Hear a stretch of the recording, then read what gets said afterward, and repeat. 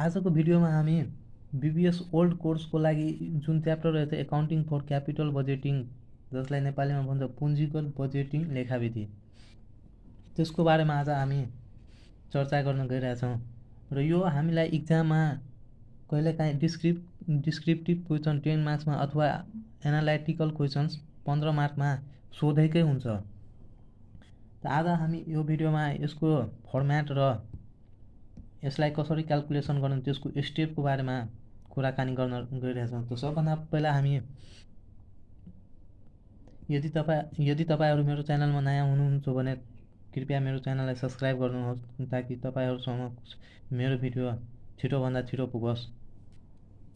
आजको भिडियोमा सबभन्दा पहिला हामी यसको इन्ट्रोडक्सनको बारेमा कुरा गरिहालौँ। पुँजीगत बजेटिङ हो के? जब हामी कुनै लङ टर्म प्रोजेक्टमा इन्भेस्ट गर्छौँ, त्योसँग सम्बन्धित बनाउने निर्णयलाई नै के भन्छौँ हामी? पुँजीगत बजेट भन्छौँ। त्योसँग जुन हामी बजेट त्यो निर्धारण गर्छौँ त्यसलाई नै हामी के भन्छौँ? पुँजीगत बजेट। जस्तै कुनै लङ टर्म प्रोजेक्ट छ, त्यसमा हामी के गर्छौँ? लगानी गर्छौँ र त्यसले के गर्छ? टाइममा हामीलाई बेनिफिट केही न केही प्रफिट दिइराखेको हुन्छ अर्न गरेर। त्यहीसँग सम्बन्धित आज हामी यसको बारेमा चर्चा गर्न गइरहेछौँ। यो क्वेसन हामीलाई यो 15 मार्क्सको अथवा 10 मार्क्सको क्वेसन सल्भ गर्दा हामीलाई क्वेसन सल्भ गर्दा यसलाई केही स्टेपहरू फलो गर्नुपर्छ। त्यो स्टेप के रहेछ भने, हामी फर्स्ट स्टेपमा के गर्नुपर्छ? Calculation of NCO for replacement asset. NCO भनेको नेट क्यास आउटले। जस्तै हामी कुनै पुरानो मेसिन युज गरिरहेछौँ, अब हामी नयाँ मेसिन ल्याउँदा त्यसलाई रिप्लेसमेन्ट गर्दा त्यो नयाँ मेसिनमा कति कस्ट लाग्यो त्यो सम्बन्धी हामी के गर्छौँ? एनसिओ तयार गर्छौँ। एनसिओ तयार गर्छौँ त्यो मेसिन खरिद गर्न हैन, त्यो मेसिन इन्स्टल गर्न के कस्तो खर्च लागेछ त्यो सम्बन्धी कस्ट यसरी हामी के गर्छौँ? एनसिओ क्याल्कुलेसन गर्छौँ। सबभन्दा पहिला हामी के लेख्छौँ? Purchase cost of new asset. कतिमा त्यो एसेट खरिदेर ल्याएछौँ त्यो हामी लेख्छौँ। यो माइनसमा लेख्छौँ हामी, किनभने हाम्रो के हुन्छ? हाम्रो अर्गनाइजेसनबाट के गएको हुन्छ? क्यास गएको हुन्छ। त्यसैले हामी के गर्छौँ? मसिन खरिदेर ल्याउँदा हाम्रो अर्गनाइजेसनबाट क्यास जान्छ, त्यसैले हामी माइनसमा नै लेख्छौँ। अनि त्यसपछि ट्रान्सपोर्टेसन कस्ट, त्यसमा कति लागेछ? क्यारिज अथवा फ्राइट कति लागेछ, त त्यो हामी के गर्छौँ? त्यो पनि माइनसमा नै लेख्छौँ। अनि त्यसपछि इन्स्टलेसन त्यसलाई इन्स्टलेसन गर्न कति इरेसन चार्ज कति लागेछ त्यो पनि के गर्छौँ? माइनसमा नै लेख्छौँ। त्यसपछि त्यसमा कस्टम ड्युटी अथवा इम्पोर्ट ड्युटी कति लागेछ त्यो पनि के गर्छौँ? माइनसमा लेख्छौँ। अथवा त्यसपछि त्यो मेसिनको लागि वर्किङ क्यापिटल कति रिक्वायर भएछ अथवा कति सेभिङ भएछ वर्किङ क्यापिटल, त्यो के गर्छौँ?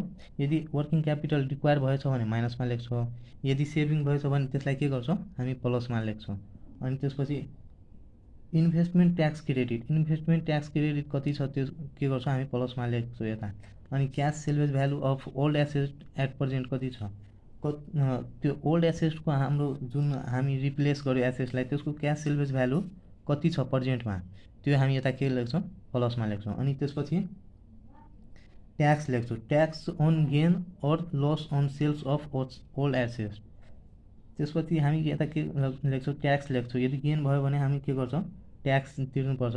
अनि त्यो एसेट्सलाई हामी के गर्छौँ? बेच्छौँ भने त्यो के कस्तो लस भयो अनि गेन भयो त्यो यता हामी के गर्छौँ? लेख्छौँ।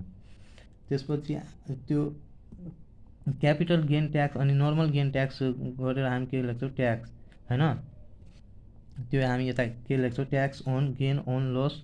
यो हामी डिटेल्स रूपमा जब क्वेसन हामी सल्भ गर्छौँ त्यतिखेर हामी राम्ररी बुझ्नेछौँ। यदि ट्याक्स गेन छ भने हामी के गर्छौँ? ट्याक्स यता माइनसमा लेख्छौँ अनि यता के गर्छौँ? प्लसमा लेख्छौँ। हामीले के त्यो गर्नुपर्छ? Capital gain tax plus normal gain tax लेख्नुपर्छ। तब हाम्रो के आउँछ? नेट क्यास आउटले एनसिओ आउँछ हामीलाई। त्यसपछि हामीलाई स्टेप 2, यो स्टेप 1 थियो क्याल्कुलेसन। स्टेप 1 मा के गर्छौँ हामी? जस्तै कुनै पुरानो मेसिनलाई के गर्यो? रिप्लेस गर्यो भने अथवा एसेटलाई रिप्लेस गर्यो भने अब नयाँ एसेट ल्याउन के कस्तो हाम्रो खर्च लाग्यो हैन, त्यो के गर्छौँ? एनसिओ निकाल्छौँ। अनि स्टेप सेकेन्डमा हामी के गर्छौँ? त्यसको जुन डिप्रिसिएसन दिनुपर्ने त्यो डिप्रिसिएसन क्याल्कुलेसन गर्छौँ। जस्तै क्यालकुलेसन अफ डिफ्रेन्टियल डिप्रिसिएसन भनेको हामी यता दुईवटा डिप्रिसिएसन क्यालकुलेसन गर्छौँ। त्यो कुन कुन हो भने ओल्ड मेसिनको डिप्रिसिएसन अनि न्यू मेसिनको डिप्रिसिएसन। त हामी पहिला के गर्छौँ, डिफ्रेन्सियल डिप्रिसिएसन निकाल्न हामी के गर्छौँ, depreciation of new asset minus के गर्छौँ, डिप्रिसिएसन अफ ओल्ड एसेट। पहिला हामी क्यालकुलेसन गरेर डिप्रिसिएसन अफ न्यू एसेट कति आएछ त्यसबाट हामी के गर्छौँ, घटाउँछौँ डिप्रिसिएसन अफ ओल्ड एसेट। तब हाम्रो के आउँछ, डिफ्रेन्टियल डिप्रिसिएसन आउँछ। त हामी डिप्रिसिएसन अफ न्यू एसेट कसरी निकाल्छौँ भने हामीलाई total cost of new asset जति छ त्यसबाट हामी के गर्छौँ, book salvage value of the new asset घटाउँदा अनि त्यसमा के गर्छौँ, total life of the new asset कति दिएछ त्यसले डिभाइड गर्छौँ भने हाम्रो के आउँछ, डिप्रिसिएसन अफ न्यू एसेट आउँछ। जति डिप्रिसिएसन अफ न्यू एसेट आउँछ त्यति हामी यता लेख्छौँ डिप्रिसिएसन अफ न्यू एसेट।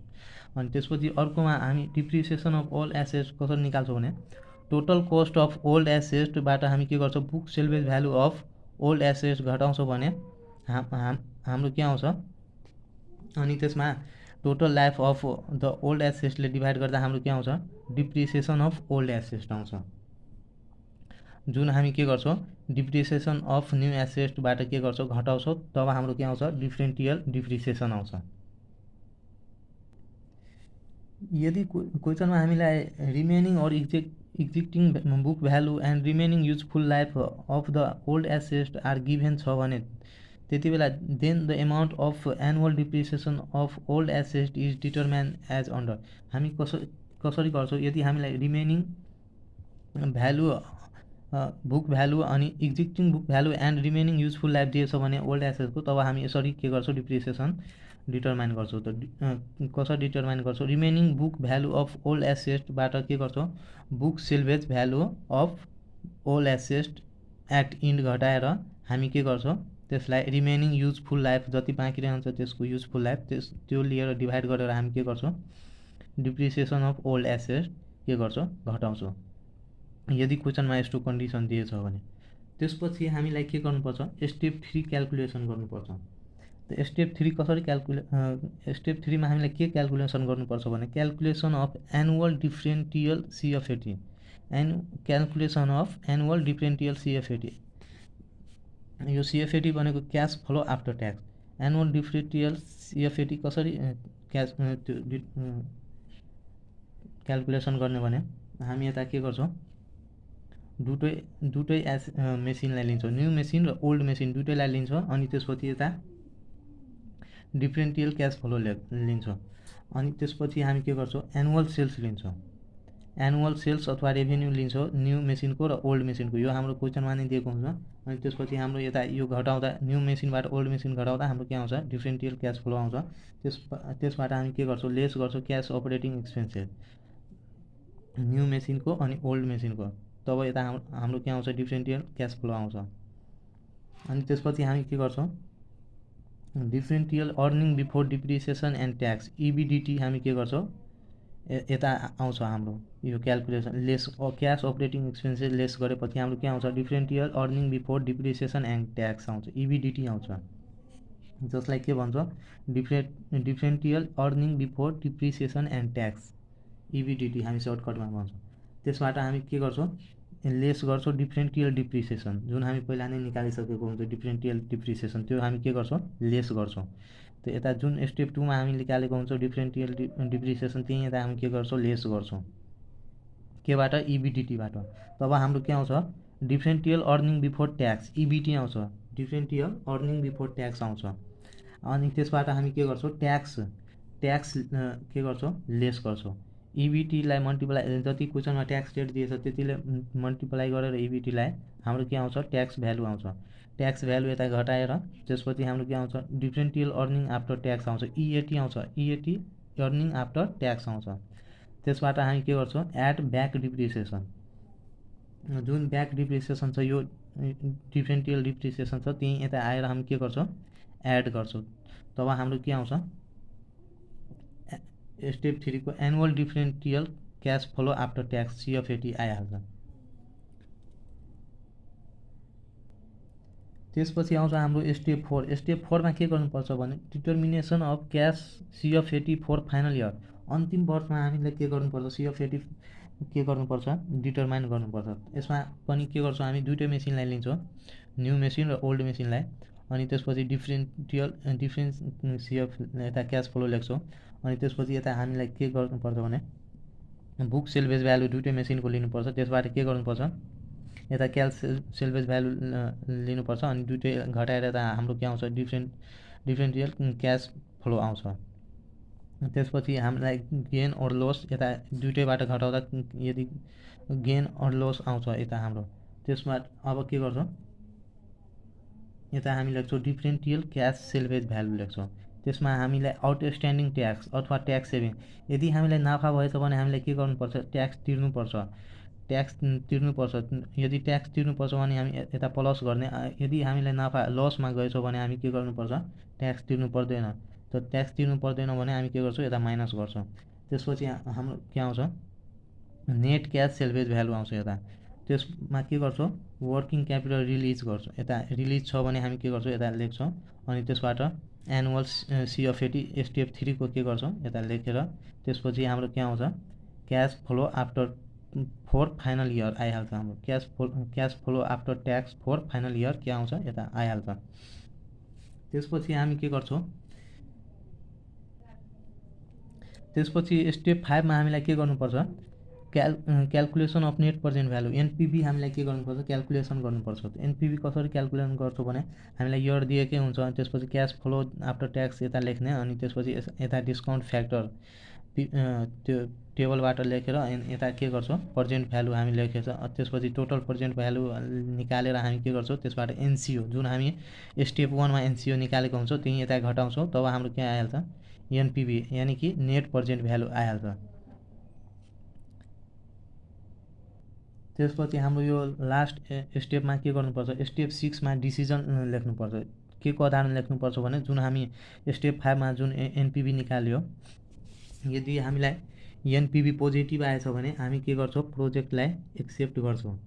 के गर्छौँ, यदि NPV हाम्रो पोजिटिभ आएछ भने के गर्छौँ, प्रोजेक्टलाई एक्सेप्ट गर्छौँ। अनि NPV यदि नेगेटिभ आएछ भने के गर्छौँ, डिसिजनमा प्रोजेक्टलाई रिजेक्ट गर्छौँ। त हामीलाई स्टेप 6 मा मात्र के गर्नु पर्यो, डिसिजन लेख्नु पर्यो। यदि NPV हामी के को आधारमा लेख्छौँ, स्टेप 5 को आधारमा नै लेख्छौँ। यदि हामीलाई NPV पोजिटिभ आएछ भने हामी प्रोजेक्टलाई एक्सेप्ट गर्छौँ, नत्र के गर्छौँ, यदि नेगेटिभ आएछ भने हामी प्रोजेक्टलाई रिजेक्ट गरिदिन्छौँ। त आज हामी के सिक्यौँ, सबभन्दा फर्स्टमा हामी के गर्छौँ, स्टेप 1 मा हामी NCO क्यालकुलेसन गर्छौँ हैन। त्यसपछि स्टेप 2 मा के गर्छौँ, क्यालकुलेसन अफ डिफ्रेन्टियल डिप्रिसिएसन हैन, डिफ्रेन्टियल डिप्रिसिएसन क्यालकुलेसन गर्छौँ। त्यसपछि स्टेप 3 मा हामी के गर्छौँ, calculation of annual differential CF80 calculation गर्छौँ के, cash flow after tax annually. अनि स्टेप 4 मा हामी के गर्छौँ, डिटर्मिनेसन अफ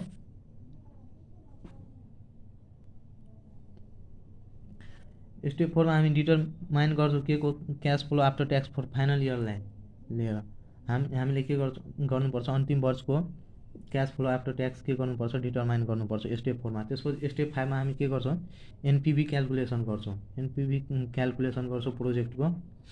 अनि त्यसपछि स्टेप 6 मा के गर्छौँ, डिसिजन लेख्छौँ। त यही 6 वटा स्टेपलाई फलो गरिहाल्छौँ भने हामीलाई कहिलेकाहीँ 10 मार्क्सको क्वेसन सोध्छ र कहिलेकाहीँ 15 मार्क्सको, त्यो हाम्रो फिक्स भइहाल्छ। त तपाईँहरू यो भिडियोलाई राम्ररी हेरी यसको फर्म्याटलाई राम्ररी ध्यान दिएर कपीमा लेखी समराइज गर्नुहोला, जसले गर्दा हामीलाई कुनै योसँग सम्बन्धित कुनै पनि क्वेसन गर्न सजिलो होस्। र यो अब हामी एउटा अझै मेथड सिक्छौँ यसको, जुन कहिलेकाहीँ सोधेको हुन्छ, evaluation technique method. Evaluation technique method सिक्छौँ, त्यो पनि कहिलेकाहीँ सोधेको हुन्छ। त आजको यो भिडियोमा हामी यो 6 वटा स्टेप, तर प्रायः जसो यही यो जुन 6 वटा स्टेप पढ्यो सिक्यो हामीले, त्यही 6 वटा स्टेपबाट क्वेसन सोधेको हुन्छ। त्यो इभ्यालुएसन मेथड कहिलेकाहीँ सोधेको हुन्छ। तापनि तपाईँहरूलाई म दुइटै मेथड सिकाउँछु। योभन्दा अब आउने भिडियोमा हामी यसको यो मेथडको क्वेसन सोल्भ गर्न सिक्छौँ र कसरी यो 6वटै मेथड होइन 6वटै स्टेप जुन पढ्यो हामीले त्यो कसरी हामी यसमा त्यो न्युमेरिकलमा हामी के गर्छौँ युज गर्छौँ त्यसको पनि स्टेप बाई स्टेप हामी सिक्नेछौँ। आजको लागि यति नै, धन्यवाद।